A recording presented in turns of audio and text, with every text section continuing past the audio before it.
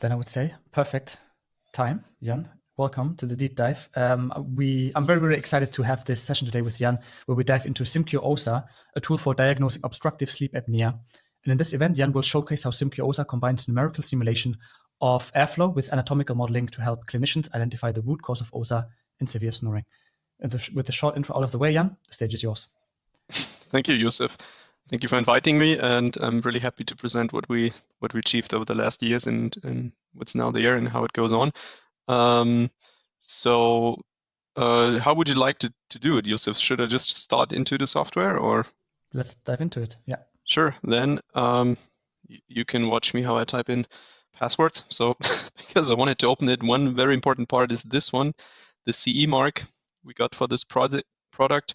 This was hell of an effort to really get a software device into the European market and certified using computational modeling and ML in combination. So this is really something the team and everybody of us can be really proud of, that we managed that to really get a medical device into the market.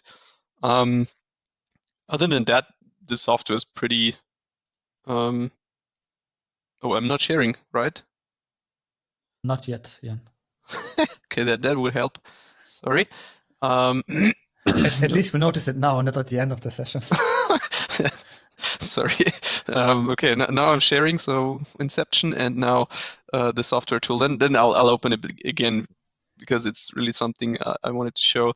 So is this little CE and this identification number here. So that's what making the difference. Other than that, it's quite easy. So it's just logging in with your user credentials and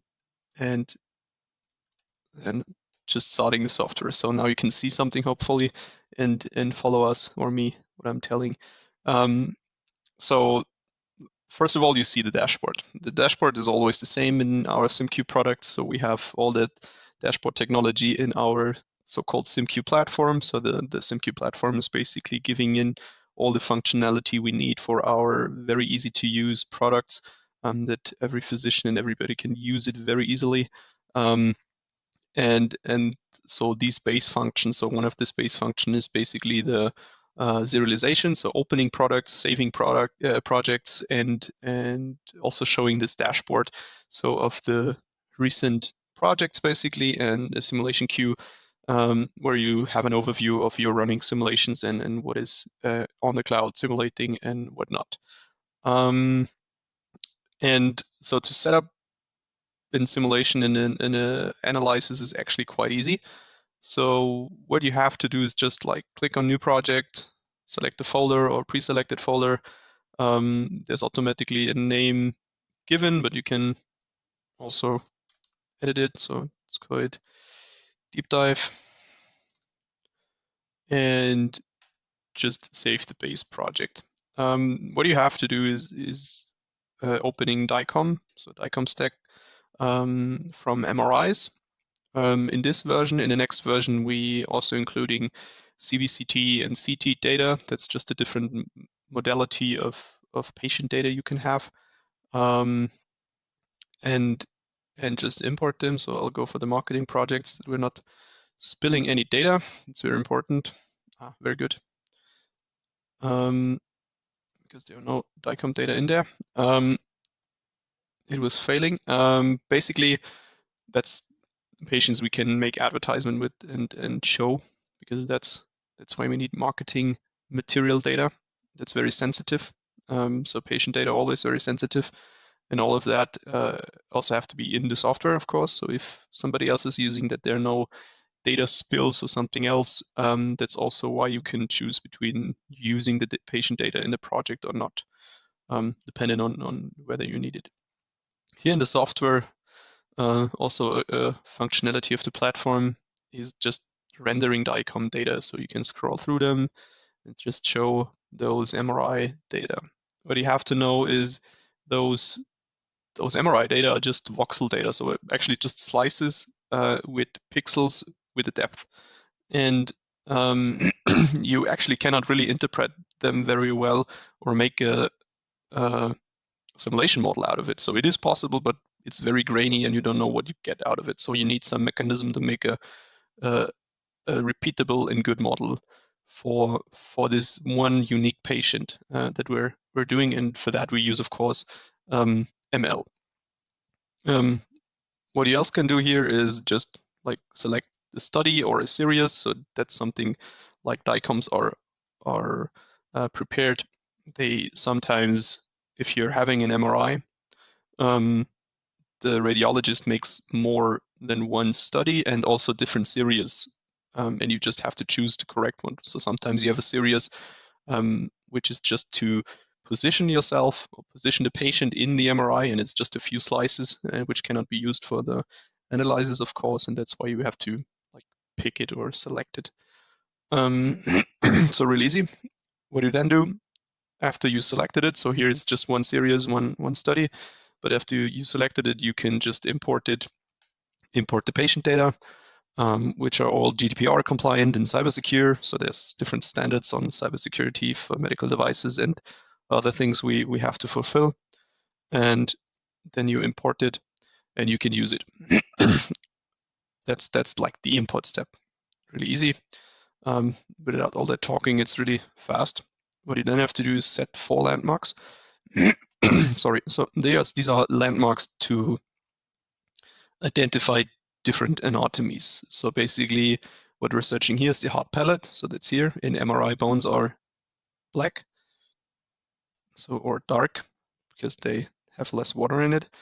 Then you have to select the tip of the uvula, which is basically the soft palate, and the tip of the epiglottis. This is this little structure here, and vertebra. So usually the 5th or 4th, depending on what is on the on the DICOM. These landmarks are actually necessary to identify these anatomies. So because they behave differently. So the soft palate, for example, or the uvula is like a very floppy and very soft tissue. And the hard palate, of course, cannot move, so it's bone. And the soft palate is attached to this bone. Underneath the sorry, the soft palate, you find the tongue, and also the epiglottis is a very soft but or very special feature we have to identify, because we're mapping or identifying different anatomy regions dependent on this. We have different risk factors on why a patient could suffer on obstructive sleep apnea, or yes or no. And that's what we want to find out with the software. So the anatomical reasons, and for that we have to give some information for the simulation. After that, you just click next, and you have to define a breathing cycle. So either you have to choose those, like the sex, the age ratio, the height and the weight, to calculate the BMI, to generate the breathing cycle. So this is, if you have it in the DICOM data, it's just pulled and you use those data, but sometimes they are wrong and or not given. So then you have to select it yourself. So you can select basically the sex, so not the gender, and the age of the patient, so children's below 14, young adults, and elderly, and type in height and weight. And then you can really easily generate this breathing cycle, which is the boundary condition for the computational fluid dynamic simulation. These breathing cycles are actually calculated based on percentiles of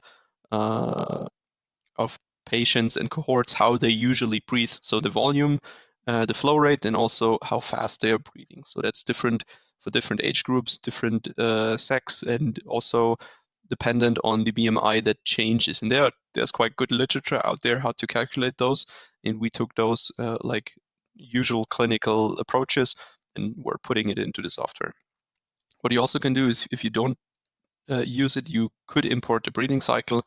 There are also measurement, so like machines who can measure this breathing cycle, but not every clinic has this. So that's why we're giving this standardized breathing cycle dependent on the patient data. After that, we're done. simulation is set up. So that's really easy. Pretty much everybody can do it very fast and easy to use. So after we did that, we can just click on Send Simulation. And if it's configured, you can send it. And the simulation is sent to our cloud. And once saved, and so data uploaded, encrypted, and sent to the backend. So what we're using is actually so now the solver is executing the simulation. What we're using is actually an Azure backend. So it's HPC computers solving our highly complex simulations and doing also the segmentation, which I'll show you in a second how it works, so what it is to build the models. And these environments usually have something 32 to 64 CPUs and a lot of RAM to really do the number crushing in a reasonable amount of time. So usually an analysis takes about 25 to 30 minutes. I'll show you some prepared projects because we already did it. Here on the recent projects, you can see the status of the simulation. So if it's ready to send, then it's green. If it's done, and then it turns green on this side, and then you can download the results, and if you are downloaded and saved, it is blue. So let's go for this one. I think it's a different patient. Yes, it's a different patient. What you can see, first of all, is the part of the computational model that has been analyzed. So in 3D now, and with one DICOM slice in the middle to have a better orientation. So this is very important for the physicians if they use it, that they can really see where they are in the geometry. If you're just seeing this weird shaped pharynx here, so the airway basically, then it's very hard to tell what is going on in the patient. And this computational model, you could say, so this segmentation, so making actually the DICOM pictures in 3D model, which can be simulated, that's the segmentation what we do with machine learning. That's pretty basic actually. So ML technology with picture recognition, and you train a model, a UNet, to make always the same quality 3D models out of it, and that you can really do analysis on it. And the important part is same qualities, that you always have the same quality to really make analytic or medical or clinical decisions based on it. So shouldn't be too sensitive. And after that's segmentation, so if the segmentation is done, basically that's the first part of the what's happening on the cloud. Then you do a computational fluid dynamics simulation. What you, for example, we can show it. So that's what's usually known for CFD simulations, is these streamlines. So what you can see here is the streamlines. So when the patient is breathing in and breathing out, so that's the breathing cycle, breathing in and breathing out. You see all these funny streamlines and the velocity, so how fast the air is flowing in the pharynx and in which region. For example, here you can see where it gets red or green, you have higher velocities because it's getting narrow, and that's like the typical flow field where we also have negative pressures, or negative pressures are developing, or higher pressures depending on if you breathe in or breathe out, they are developing in these narrow regions usually because of the Venturi effect. So that's the term, I guess. And you can animate this, and this simulation, so this flowing air is giving you pressure. So how high the pressure in a certain region is by breathing in or breathing out. So you can see the pressure changing. It's also something helpful for the physicians. And you can see also a map. So if you don't want to take a look on the 3D images, you can show it as these are always like in the cut section. So it's called sagittal plane. So like in one's rectangular or parallel it's hard to say. So like once in that direction. I hope you see my face. And then you see the results dependent on the position and the time. So that's a bit complex to see, but during the breathing cycle. So what you basically see is for here now it's pressure. So the pressure is going downwards. So red is negative pressure when breathing in, and when breathing out, you have a positive pressure here, and then it turns positive again on this side when breathing out. So then you see what's happening in the pharynx. You can also see that in animated, but sometimes you want to take a look on it on certain points at the breathing cycle. So, and all this information, so these are actually nice to have informations, but all those informations are used and packed into our so-called pharyngeal resistance index. Typically, OSA patients, or if a patient has OSA, is measured with a so-called polysomnography. So that's like a measurement which you do at night if a patient is sleeping. You can easily, so you have like a wristband, not a wristband, sorry, a band on your chest, and also the oxygen level in your blood is measured on your finger, and also the heart rate and so on. And you can do it at home or in a sleep laboratory. And what they basically measure is the amount of collapses during sleep. So if you're sleeping and your airway is collapsing and you're not able to breathe anymore, then it's like it's counted, and this is actually then summarized in a so-called AHI index. So this index basically tells how many times you don't breathe during 1 hour.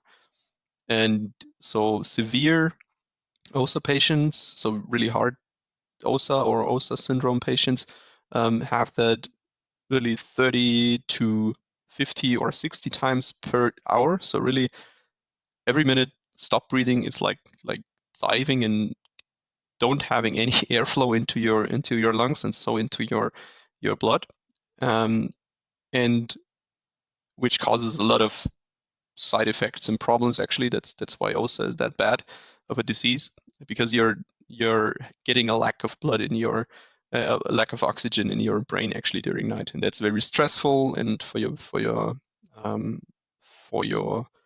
organism, for your brain, and so on. So you really get a lot of problems, and also so sleep disorders, of course, and also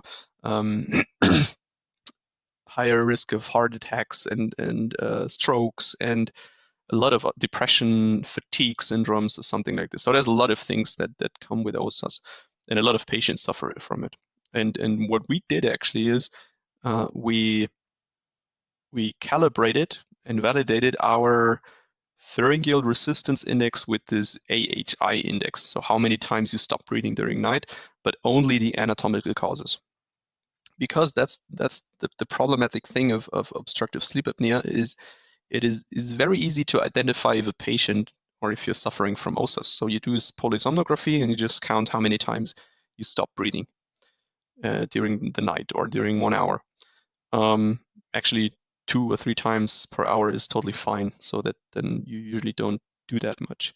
But like starting at 10 or 15, I think 5 or 10 times stopping breathing at night, then you have to do something. So you have to get into therapy.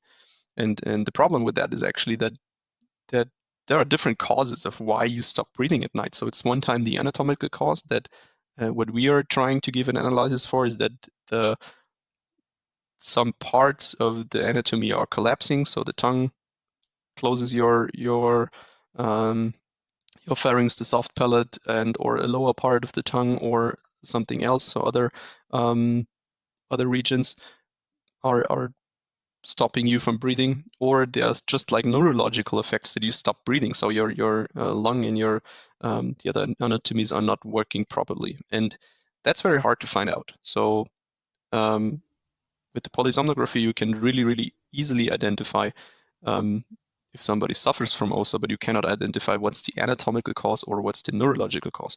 And what we did is we calibrated and validated with a lot of 150 patients that we're really telling the anatomical causes and also a risk factor for that. And the cool thing is also that this risk factor is not only a CFD and geometry, it's actually a statistical value and a value dependent on the surrounding tissues. So if it's like the soft palate or the tongue, what could collapse? Because these have different movabilities and chances and risk of collapsing. So the tongue, for example, is more movable than and the soft palate than the back part of your pharynx, because the soft tissue is attached to the spine and it cannot move that much. So, but the parts, so the tongue and so on, which you can see here, and the soft palate can move and collapse quite easily. And what we can give here is a really nice overview for the physicians. What's the anatomical cause and where is it, and what can be done about it in the therapy? So that's the interesting thing here. I have one question, Jan, for you. Sure.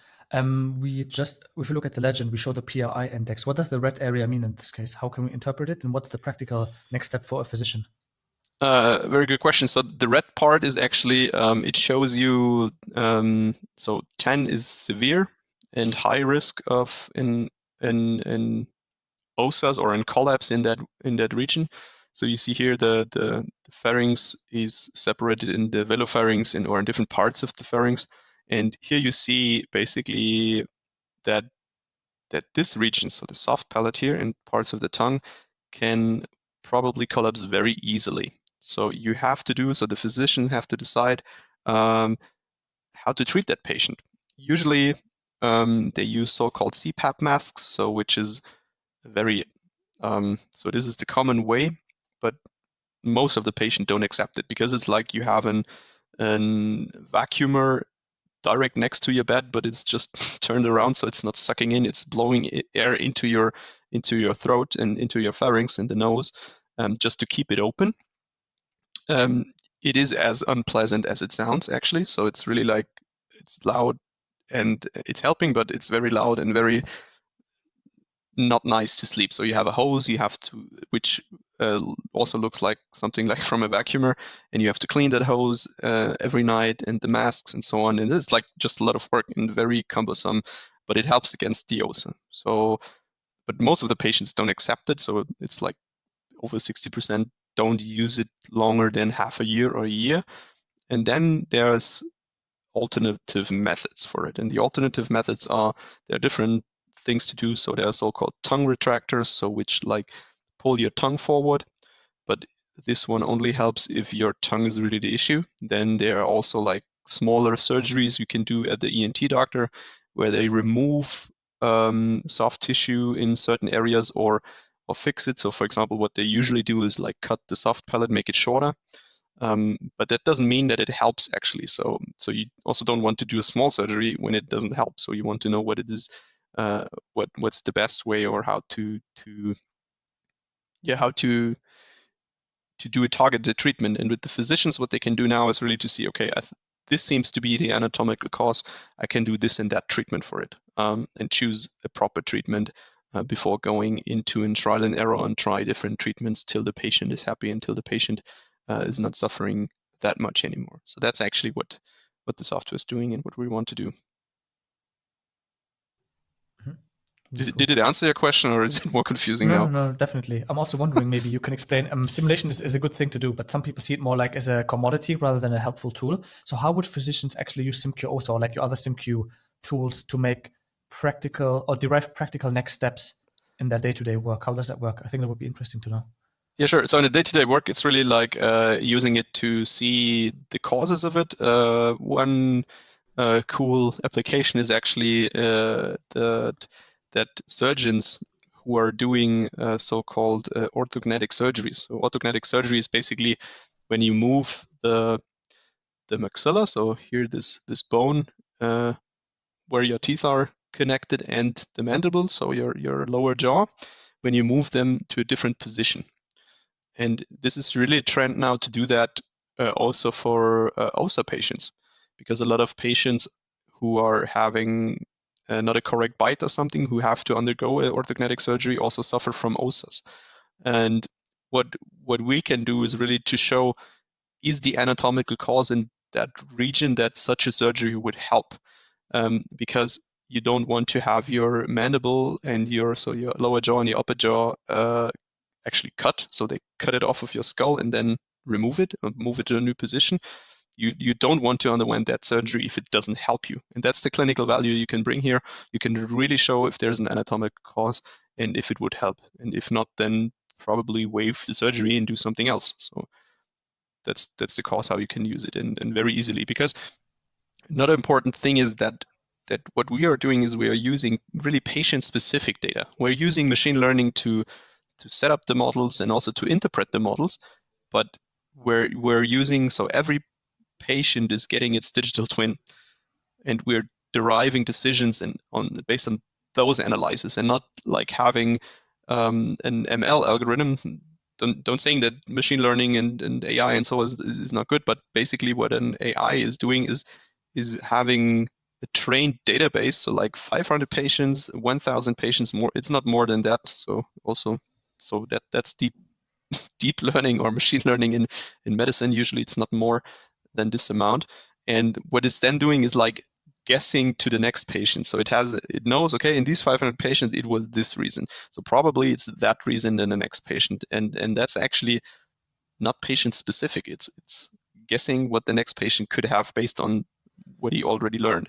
And with our approach, you really do in patient specific digital twin and see what's happening within this patient. Got it. That makes a lot of sense. Excellent. Let's see if we have a couple of questions. Did you have any other demos, Jan, or is that it? Not much more. So we can save a report. So you click on this button, and then you can save it as a PDF to have it in the clinician's documentation. So I'll just skim through it. Just a summary, what's happening, the different PRIs in the different areas of the pharynx, which are sets of velopharynx, oropharynx, and hypopharynx, and the PRI, and also like the results of PRI pressure and velocity and so on in a just simplified document to see what some rationalities, and that's it. So not much, nice. Pretty nice. but necessary. Yeah, probably one of the last. We answered pretty much everything I wanted to ask, or we got in the chat. Probably last question for you, Jan. How does integrating in silico simulation with CFD plus what we mentioned, AI and ML, in SimQ OSA create more individualized diagnosis for OSA patients? Definitely that you interpret one result. So that's the personalization here, so that you really check what is happening with one patient and interpret those results. Excellent. I think we can pretty much wrap it up, Jan. How can people inform themselves about SimQ and SimQ OSA specifically? Go on the website, send us a message, and if you're at a physician and you would like to try it, just ask the physician and show what we got, and we'll try to give you access to it. SimQ, we personalize patient care with simulation.